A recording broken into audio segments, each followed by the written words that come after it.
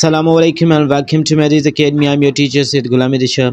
तो Sindh agriculture university Tando Jam की जो प्री एंट्री टेस्ट 12 अक्टूबर 2024 को कंडक्ट की जा चुकी है और ये 2025 की बैच के लिए है, तो उसका सोल्ड पेपर हमारे हाथ लग चुका है।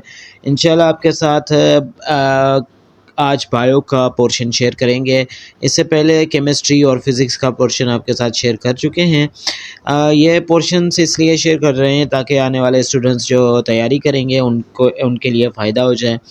तो लेट्स स्टार्ट द वीडियो। और उसके साथ साथ हम नेक्स्ट ईयर और नेक्स्ट सेशन जब भी आप ये सुन रहे हैं ये लेक्चर्स, ठीक है, तो प्रिपरेशन सेशंस भी हमारे जारी होते हैं थ्रू आउट द ईयर, तो वो भी आपने अगर ज्वाइन करने हैं तो वो भी आप ज्वाइन कर सकते हैं। तो आइए स्टार्ट करते हैं विदाउट वेस्टिंग एनी टाइम हमारे इस आज के लेक्चर को। तो सबसे पहले बायोलॉजी के पोर्शन में से एमसीक्यूज़ नंबर 1 जो था हमारे पास वो था द स्टडी ऑफ फंजाई। ठीक है, अब फंजाई क्या है, एक इनको अलग सी कैटेगरी दे दी गई है, फंजी भी इनको बोला जाता है और ये एब्जॉर्प्टिव होते हैं। ठीक है, एब्जॉर्प्टिव हेट्रोट्रॉफ होते हैं और इनको जो है वो अलग से इनको किंगडम दे दिया गया है, जैसे कि प्रोटोकिटिस्टा, प्रोकैरियोट्स एंड उसके बाद जो है फंजाई, एनिमल एंड प्लांटी। तो यहाँ पे ये इनको अलग सा किंगडम दे दिया गया है और इनकी स्टडी को हम जो है वो माइकोलॉजी कहते हैं। ठीक है, mycology is the study of fungi. And उसके बाद जो है the largest unit of classification. अब सबसे पहले क्लासिफिकेशन को अगर हम देखें तो क्लासिफिकेशन क्या होता है, तो क्लासिफिकेशन हमारे पास ग्रुपिंग ऑफ लिविंग ऑर्गेनिजम्स या किसी भी चीज़ को ग्रुपिंग करने को हम क्लासिफिकेशन बोलते हैं। तो अगर हम जानदारों को क्लासिफाई करें, जैसे कि फॉर सपोज अगर हम एग्जांपल ले लें कि एक क्लास है या इसमें स्कूल में बच्चे हैं, तो इनको हम क्लासिफाई करते हैं उनकी नॉलेज के हिसाब से। जिस बच्चे के पास नॉलेज ज़्यादा होती है उसको हम आगे वाली क्लासेस में और नर्सरी, प्रेप, इसी तरह से 1, 2 क्लास 3, 4, 5 इसी में डिस्ट्रीब्यूट करते हैं। तो इस हिसाब से हम लिविंग चीज़ों को भी क्लासिफाई करते हैं, तो क्लासिफिकेशन। और लार्जेस्ट यूनिट जो क्लासिफिकेशन का होगा इन प्लांट एंड किंगडम जो है वो क्या होगा, लार्जेस्ट यूनिट हमारे पास किंगडम आता है। जैसे कि हमारे पास हम कह दें कि plant kingdom, animal kingdom, fungi kingdom and protoctist and ये सारे हमारे पास प्रोकैरियोट्स, ये सारे किंगडम्स हैं। उसके बाद एड्स आ जाता है। एड्स जो है immuno deficiency, acquired immuno deficiency syndrome.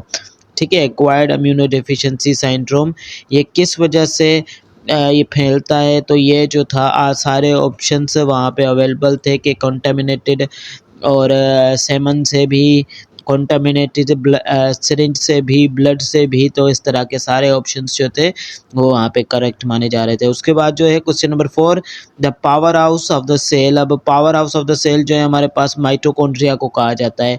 जैसे कि ये ज़रा सा वाइप करेंगे इरेजर के साथ, इसको मिटा के आपको समझाऊंगा कि किस तरह से ये, अब ये फॉर सपोज एक खुलिया है तो इसके अंदर ये न्यूक्लियस होता है, इसके पास यहाँ पे माइटोकॉन्ड्रिया भी होता है जो कि एटीपी सिंथेसाइज करता है, एटीपी बनाता है। ठीक है, अब ये एटीपी बनाना काम किसका होता है, और एटीपी बनाना और एनर्जी करेंसी, एटीपी को एनर्जी करेंसी भी कहते हैं, दूसरा नाम है इसका।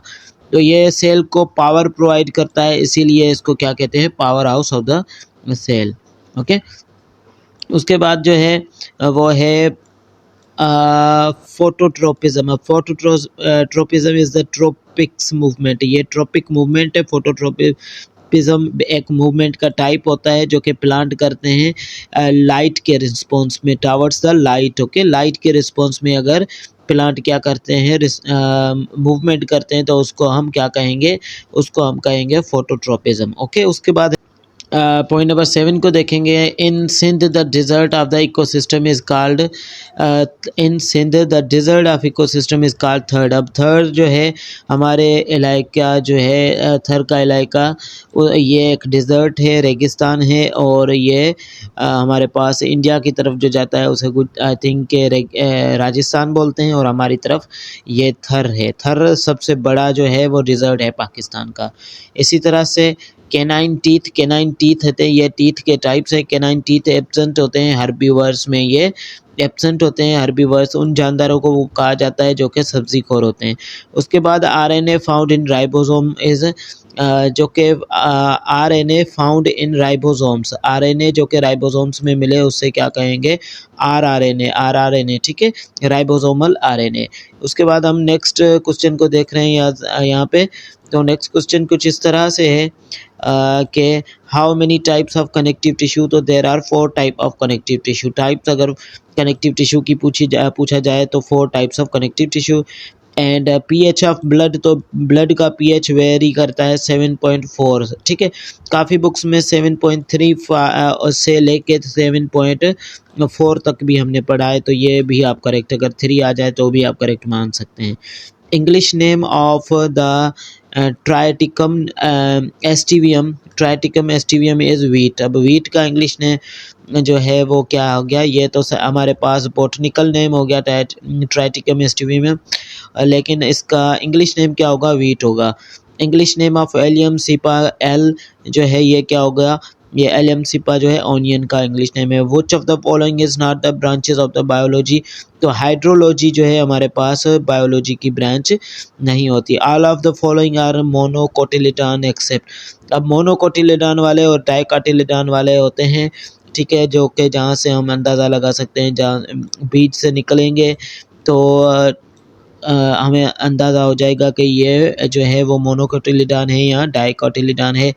बेसिकली यहाँ पे ये बेसिक सा टॉपिक है, ज़्यादा समझाने की यहाँ पे ज़रूरत नहीं पड़ती। तो ग्राम्स जो हैं वो क्या हैं, except all of the following, यानी कि कुछ ऑप्शंस लिए गए थे वो सारे क्या थे, मोनोकोटिलिडन थे, लेकिन ग्राम्स में से मोनोकोटिलिडन नहीं था। उसके बाद नेक्स्ट अगर हम देखें तो रॉ मटेरियल्स फॉर फोटोसिंथेसिस, तो फोटोसिंथेसिस में से कार्बन डाइऑक्साइड एंड H2O ये रॉ मटेरियल यूज़ होते हैं, और हमारे पास C6H12 और O6 जो है C6H12 एंड O6 हमारे पास बनते हैं as a source of food for the plants, okay. अब मोस्ट एफिशिएंट प्लांट जो है फोटोसिंथेसिस के लिए वो इनकी ग्रुप होता है एक इनका, जिसको C4 प्लांट कहा जाता है, ठीक है। उसके बाद अब नेक्स्ट क्वेश्चन को देखेंगे। Number of spinal nerves in human, इंसानों में स्पाइनल नर्व्स जो होते हैं वो 31 पेयर होते हैं, ठीक है, 31 पेयर होते हैं। Birds possess thick muscular wall that crushing the food is called gizzard, ठीक है, गिजर्ड। उसके बाद हम देखें तो यहाँ पे on what basis the algae divides, algae को हम कौन से बेसिस पे डिवाइड करते हैं, तो न्यूट्रिशन मोड्स पे डिवाइड करते हैं। इसी के साथ साथ लेक्चर उम्मीद है कि आपको पसंद आया होगा। अगर कोई पॉइंट यहाँ पे कोई गलत हो गई हो तो मुझे आप बता सकते हैं, करेक्ट कर सकते हैं मुझे, ताकि मैं आइंदा जो है वो कम से कम गलतियाँ करूँ अपने लेक्चर्स में और अपने स्टूडेंट्स को सही तरह से गाइड करूँ। और उसके साथ साथ अगर लेक्चर समझ में आया तो लाइक शेयर एंड कमेंट लाजमी कर दें, सब्सक्राइब भी कर दें। थैंक यू, अल्लाह हाफ़िज़।